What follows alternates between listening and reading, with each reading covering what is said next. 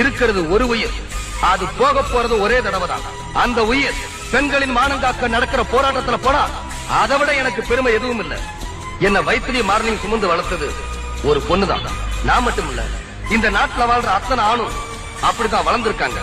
அதனாலதான் சொல்றேன், எல்லா பெண்களையுமே நாம தாயா நினைக்கணும், தெய்வமா மதிக்கணும். அப்படி மதிக்க தவிர ஒரு மனித மிருகத்தை பதவியிலிருந்து இறக்குறதுக்காகத்தான் இந்த உண்ணாவிரத போராட்டம். உண்ணாவிரதத்துக்காக போட்டிருந்த பந்தல சில போலீஸ் அதிகாரிய பிரிச்சிருக்காங்க, நெருப்பு வச்சு கொளுத்திருக்காங்க. ஏன் பந்தல் இல்லைன்னா உண்ணாவிரதம் நடக்காதா? இல்ல நடத்த முடியாதா? இது ஏசில வளர்ந்த உடம்பு இல்ல, கொளுத்துற வெயில்ல வெந்த உடம்பு, கொற்ற மலையில நனைஞ்ச உடம்பு, ஏழைங்க உடம்பு எதையும் தாங்குற உடம்பு. இந்த நாட்டுல இருக்கிற மந்திரிகளுக்கு வரவேற்பு கொடுக்கறதுக்காக நல்லா இருக்கிற ரோடையெல்லாம் தோண்டி நாசப்படுத்தி வரவேற்பு வளையம் எல்லாம் போடுவாங்க. அது தப்பு இல்ல.